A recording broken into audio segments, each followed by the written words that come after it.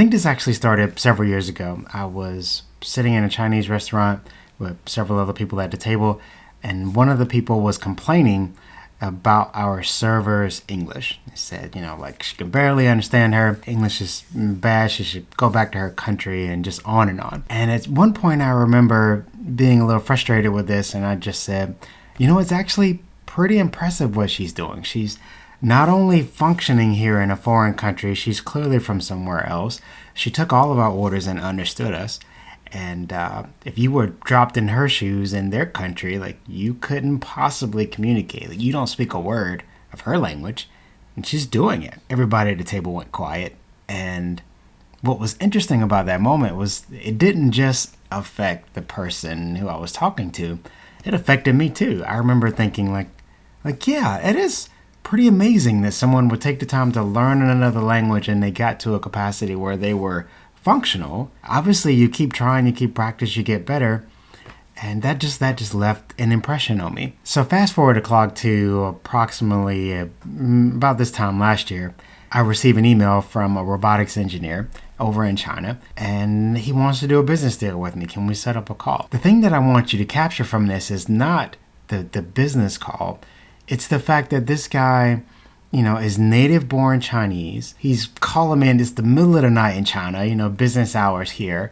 He is reaching through cultural barriers, through language barriers, through technical barriers. We're having a detailed technical discussion about robotics in English. And I'm connecting with him. It's not, this choppy misunderstanding jokes and references. Like, we're able to laugh and talk and connect in a way that was good.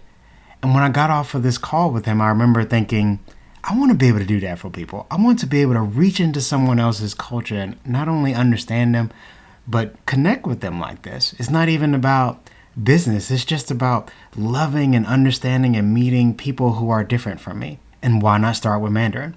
So that's how I got onto this idea that I could actually learn another language, and why not? After I'd had that conversation, I had downloaded a few apps, and I was kind of tinkering with learning Mandarin Chinese. I walked through the library. This is a library I've been in many times, but I passed this section where there's a whole shelf of Chinese books in Chinese. What was astonishing is I had never noticed that book section before. Even though I'd walked past it many times, my brain just completely blanked it out because I didn't understand it. And now, for the first time, I'm noticing this whole new world of information. And it just hit me like a ton of bricks. Think about all of these people around the world. People are writing about the things that you love. In my case, people are writing about science and engineering in their language. Wouldn't it be amazing to have access to all of those minds? All that information is locked away from me. And if I had access to it, if I could read their language, look at what I could consume and learn, not only just about their culture, but this other thing that I'm interested in as well, to get their perspective. There's one more turning point I want to tell you about my experience in learning Chinese. And that is, about 6 months ago, I was reading a story. This is something I do every night. I've been reading stories in Chinese pretty much since as early as I could read the stories. And these are greeted readers. It's not like just picking up a Chinese newspaper. The text in these stories have been adjusted to make them easier for a beginner to read. But I'm reading this story, and my wife walks into the room just as I burst into laughter of something I read in the story. I'll tell you what happened in the story in a minute. And my wife says, "What's so funny?" And then I look down and I realize I'm reading Chinese. Like, this was the first time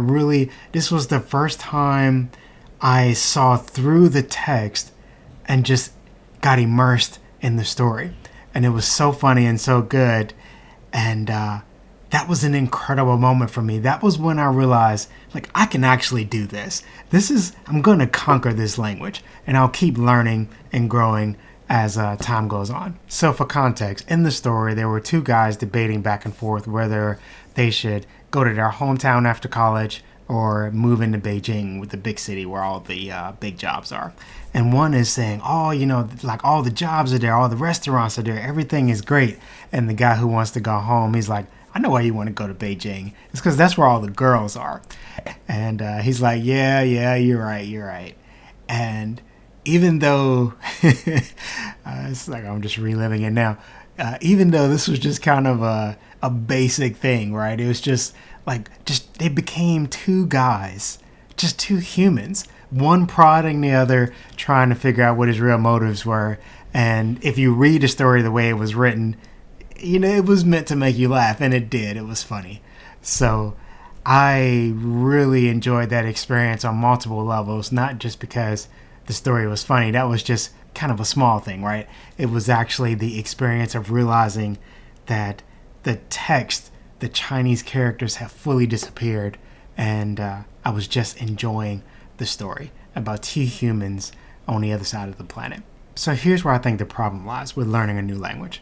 Most people are in way too big a hurry. They want instant gratification. You want to take a 6-week course and come out speaking like a native speaker.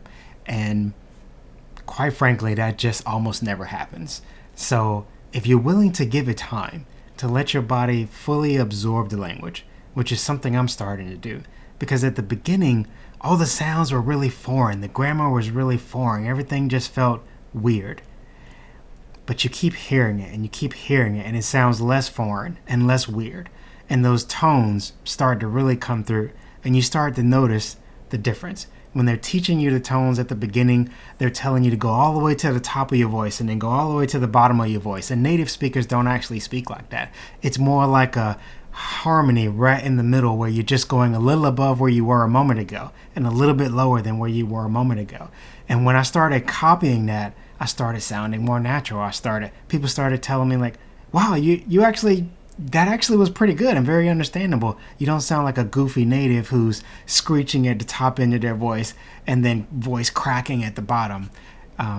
Anyway, I'm getting on a tangent, but the point that I want to make is you pay attention, it starts to soak in, and that takes time.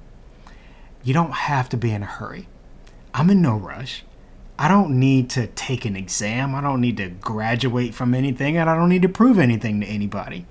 My goal is not to impress you. My goal is to understand another culture and be able to reach people that I didn't have a relationship with before. And you can connect with people so much better when you understand their language and their culture. And that's what I want to be able to do. I have all the time in the world. I have until the end of my life. I'm in my early 40s now. If I started a new language every 2 to 3 years and kept studying the original language, I'd be reasonably proficient at 5 or 6 languages in my 50s. Just think about what that means for a moment, if you were willing to give the time to it. So the real point of this video is not to try to get you to learn a new language, although I hope you will be inspired to do that.